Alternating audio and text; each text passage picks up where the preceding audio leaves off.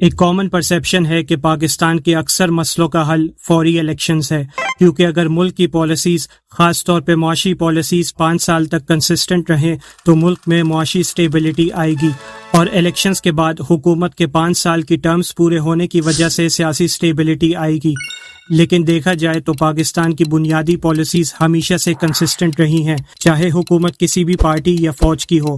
مثال کے طور پہ ملک میں ہمیشہ سرمایہ دارانہ نظام یعنی کیپٹلزم ہی نافذ رہا ہے، چاہے حکومت کسی کی بھی ہو۔ غیر شرعی اور ظالمانہ ٹیکسز ویسے ہی جاری ہیں، بلکہ مزید بڑھنے کا امکان ہے۔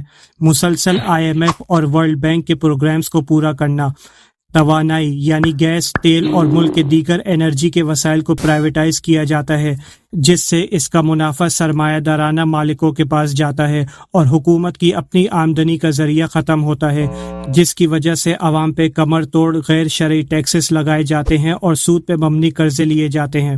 مہنگائی یعنی انفلیشن کو قابو کرنے کے لیے شرعی سود بڑھایا جاتا ہے۔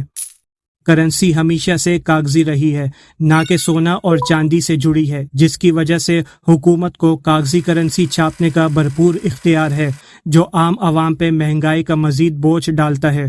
ملک کے قانون بنانے کا معیار انٹرنیشنل انسٹیٹیوٹس یعنی United nations, SDG، FATF، IMF، world bank وغیرہ کے حساب سے ڈیزائن کرے جاتے ہیں، جس کی ہر سال رپورٹ بنائی جاتی ہے اور میٹنگوں میں پیش کی جاتی ہے۔ ملک کو بارڈرز تک محدود رکھنا، جس میں اگر دوسرے ملک میں مسلمانوں پہ ظلم ہو رہا ہو تو یہ بارڈرز دوسرے ملکوں کی مسلمان فوج کو روکتا ہے بلکہ ان کو بے بس بناتا ہے۔ ڈالرز کی اویلیبلٹی کے لیے حکومت ریمیٹنسز پہ ڈیپینڈنٹ ہے۔ ڈیولپمنٹ کے لیے FDI کو معیار بنایا ہے۔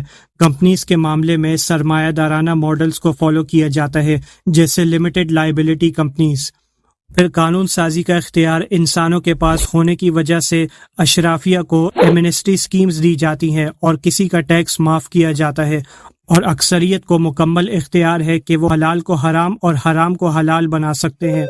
یہ وہ چند پالیسیز ہیں جو پاکستان میں ہمیشہ کنسسٹنٹ رہی ہیں، چاہے حکومت کسی بھی شخص کی ہو یا فوج کی ہو۔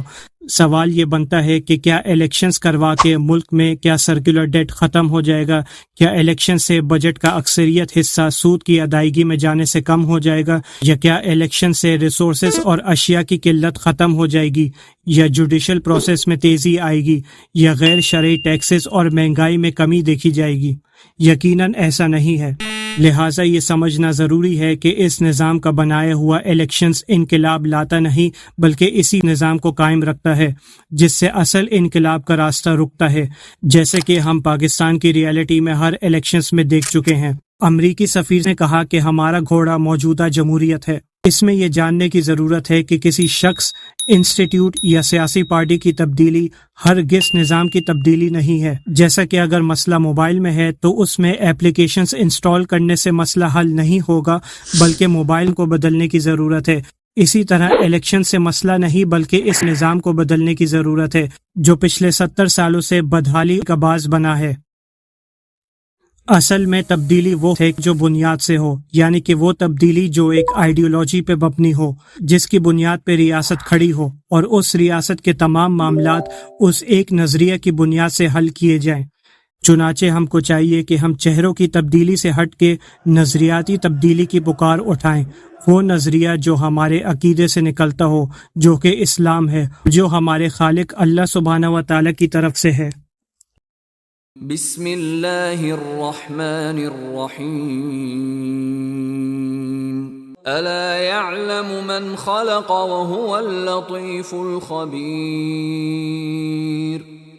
شروع اللہ کا نام لے کر جو بڑا مہربان نہایت رحم والا ہے۔ کیا جس نے پیدا کیا وہ علم نہیں رکھتا؟